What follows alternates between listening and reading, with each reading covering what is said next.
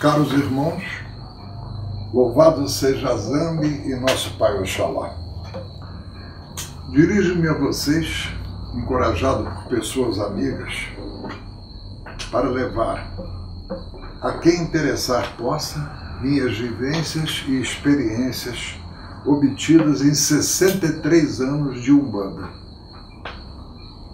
Garanto serem muitas e prometo sob minha honra e fé que contarei sem exageros e fantasias tudo o que irei relatar.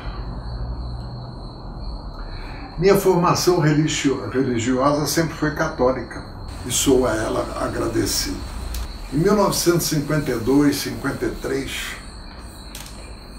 estava por volta dos meus 15 anos, fomos morar na Avenida Barão do Rio Branco e frequentávamos o Seminário São Vicente de Paula, na Barão do Rio Branco 747. Jogávamos futebol. Na época, era exigido que, para a gente jogar bola, tinha que assistir à missa todo domingo, tinha que confessar, tinha que comungar, e na época, para confessar e comungar, tinha que ser em jejum, e sem isso, não tinha bola. Depois da missa, então, tomávamos café e partíamos para o futebol. Durante a semana, à noite, na época não existia diversão, a televisão no Brasil estava engatinhando. Nós íamos para o seminário e das 7 até por volta das 20 horas, das 19 às 20 horas, quando os padres se recolhiam para fazer as orações do término do dia, nós tínhamos que sair porque eles fechavam o expediente, fechavam os portões. E saímos daquele grupo de rapazes, 8, 10, 12 rapazes, cada um tomava a sua direção, porque todos moravam ali por perto. E numa noite, quando nós estávamos caminhando para a chamada primeira sessão, onde tinha mais tarde, foi feito um moinho de trigo.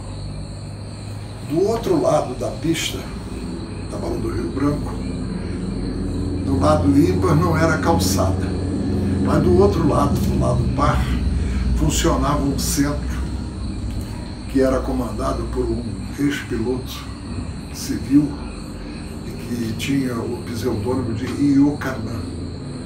Chamava-se Fraternidade Eclética Espiritualista Universal. E naquela época, a guerra entre o catolicismo e o espiritismo estava no ápice, era franco e notório. Os padres tinham ainda bem conservadores, chegavam a ponto de dizer que o espiritismo era coisa do diabo, que condenava frontalmente qualquer ato espírita.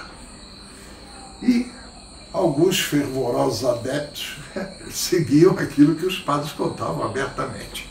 Bom, viemos caminhando pelo lado ímpar, que era o lado não calçado, e naquela época os bois vinham da Baixada Fluminense, subiam pela Serra Velha, atravessavam o Alto da Serra, o centro da cidade pela Rua Floriano Peixoto, saíam na Catedral.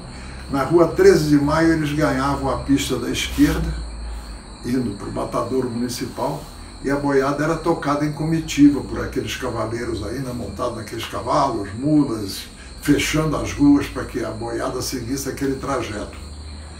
Mas nós caminhamos para o lugar chamado de Primeira Sessão, que era onde nós morávamos. Por trás da nossa casa depois tinha um convento, tem um convento das Irmãs Carmelitas, as Carmelitas Descalças. E a gente passava pelo lado ímpar, mas de frente a essa comunidade espírita. Não satisfeito, um dos líderes da turma, que era o mais assanhado, digamos assim, de iniciais LCC, era meu vizinho. Eu morava do lado da casa dele. E ele tinha até um apelido e tal, mas ele era muito agitado. E resolvemos parar exatamente de frente ao 1041 daquela rua, onde morava um dos rapazes que estavam ali conosco. Eles eram recém-chegados de Viçosa, Minas Gerais, e o pai dele era gerente da Caixa Econômica Federal em Petrópolis naquela época. E deram a ideia então de ir numa mercearia próxima, comprar fogos de artifício, aqueles tiros. Foram lá, eu estava presente, eu estava junto, não estou me eximindo não, eu estava junto. Só que esse LCC era o mais agitado da turma, ele que liderou, ele que fez a coleta do dinheiro, né? E foi lá buscar os fogos. E passou-se a soltar os fogos na direção da casa do Centro Espírita. Mas aquilo durou pouco tempo, poucos minutos, porque não tínhamos dinheiro na época para comprar tantos fogos assim. Mas perturbou, era visível a intenção de atrapalhar o culto religioso deles. Quando acabaram os fogos, fomos até na primeira sessão, na Moageira, atravessamos a rua, fomos para o lado par e ficamos na beira do rio, de frente ao templo religioso espírita. Quando apontou, então, os cavaleiros lá com aquela bandeirinha vermelha anunciando que vinha uma boiada, mas do lado ímpar de onde nós soltamos os fogos. Exatamente onde nós estávamos, tinha um poste que, por estar na beira da rua, eles esticaram um cabo de aço do lado ímpar para o lado par, amarrando aquele poste para que ele não tombasse. Um dos bois, agitado, correndo, porque aquilo passava ali em velocidade, os bois correndo, e eles gritando, tocando aquele gado, um dos bois esbarrou naquela espia de cabo de aço. E lógico que o cabo de aço deveria estar em mau estado. Ele soltou dos parafusos e, como um chicote, porque ele estava esticado, ele deu uma lambada nos fios de alta tensão do lado para onde nós estávamos, arrebentou os fios e pasmem.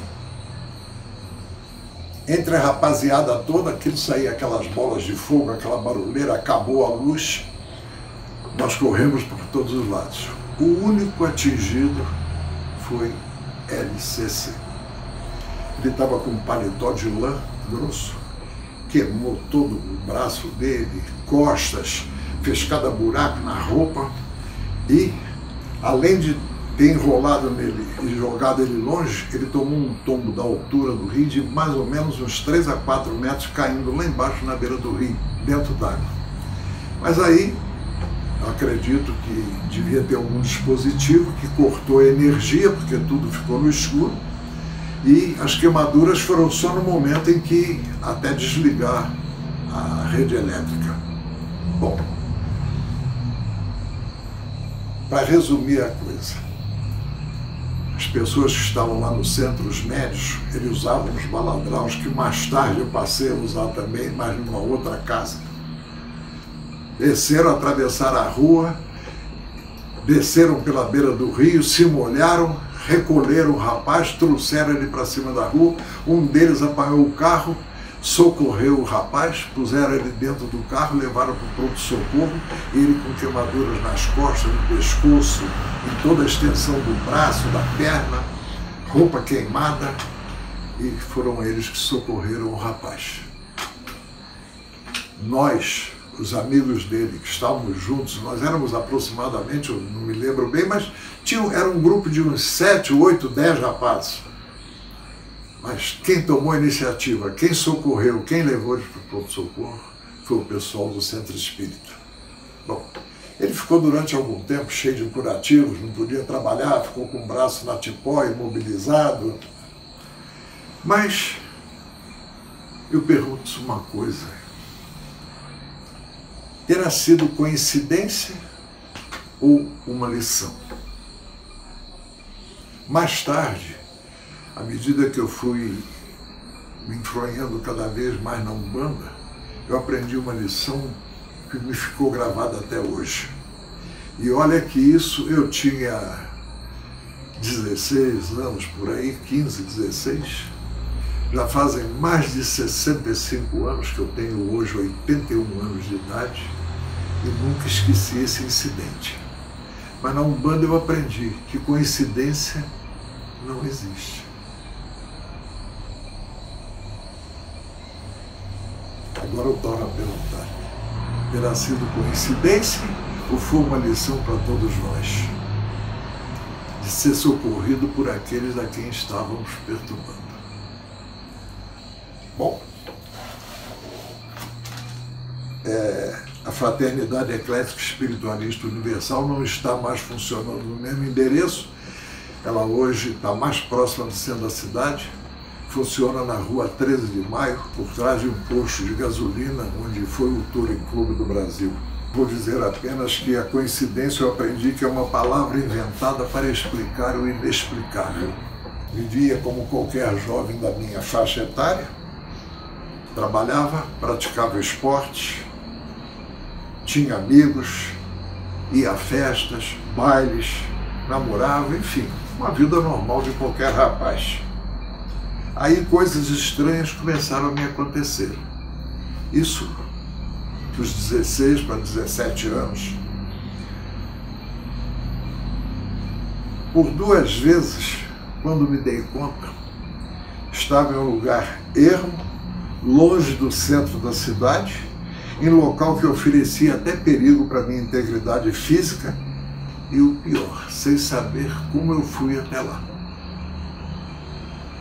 Uma vez, quando eu dei por mim, eu estava sentado na beira do lago do Hotel Quitandinha, e de outra vez eu estava num lugar chamado Vila Felipe, que fica no bairro do Alto da Serra, vislumbrando as luzes do Rio de Janeiro. É uma vista espetacular. Hoje está cheio de casa, modificou totalmente o ambiente. Mas eu estava de terno e gravata, que eu ia para um baile depois, ia para um bingo até, era um domingo, e sentado na beira da rua, no meio da terra, de paletó e gravata. E não me lembro se eu fui para lá de táxi, de ônibus, a pé. Isso aconteceu 2 vezes comigo. Depois disso, eu sempre fui, mesmo quando jovem, um pouco avesso à bebida. Ia para bailes, tomava bem Cuba Libre na época, que era normal, mas eu sempre fui comedido bastante, porque eu sempre tive medo da bebida alcoólica. Às vezes vinha uma vontade quase irresistível de começar a beber e beber sem parar. E quem me conhece sabe que nunca tive esta tendência. Pelo contrário, sou partidário da sobriedade. Em 1956, justamente nessa época, eu já com 18 anos, meu pai, o maior amigo que tive nesta existência, me disse sem rodeios que eu teria que procurar um centro espírita para me desenvolver. Já viram como ficou minha cabeça, minha formação toda católica. O espiritismo para mim era exatamente o avesso de tudo aquilo em termos religiosos. E só tem uma palavra para dizer o que eu senti: pirei. Meu pai, o maior amigo que eu tive nesta vida, uma pessoa que eu tinha admiração pelo meu pai, tenho até hoje, passado todo esse tempo. Se ele estivesse aqui, ele estaria com 117 anos. E olha, até hoje me faz falta. Bom, isto contrariava totalmente minha formação religiosa, naquela época totalmente católica, atacando o espiritismo frontalmente, sem nenhuma reserva, como fazia o catolicismo, e fui me levado a decidir. E hoje julgo ter acertado na minha decisão. Se eu tivesse que optar hoje, começaria tudo outra vez. Porque todas as respostas às minhas indagações eu encontrei no espiritismo, com lógica. E tudo que tem lógica é para a gente parar para pensar. O que é ilógico, fica a dúvida. Meu pai me disse e repetiu textualmente esta frase. Falou comigo algumas vezes. Meu filho, se algum dia alguém disser para você coisas absurdas, acredite. Pois embaixo desse céu e em cima dessa terra, tudo é possível. Palavras dele textuais. Em cima dessa terra e debaixo desse céu, tudo é possível. Meu pai lia jornais para se manter atualizado, mas era um homem sem cultura aparente, tinha uma cultura muito maior que era a vivência. E provavelmente nunca ouviu falar do grande e célebre William Shakespeare, autor desta preciosidade.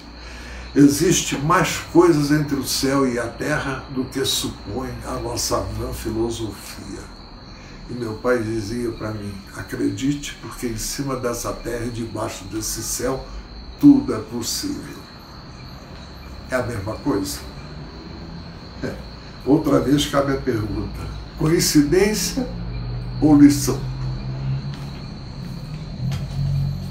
E sobre Shakespeare, eu me lembrei agora de uma coisa muito importante, que eu vou dizer em próximos programas.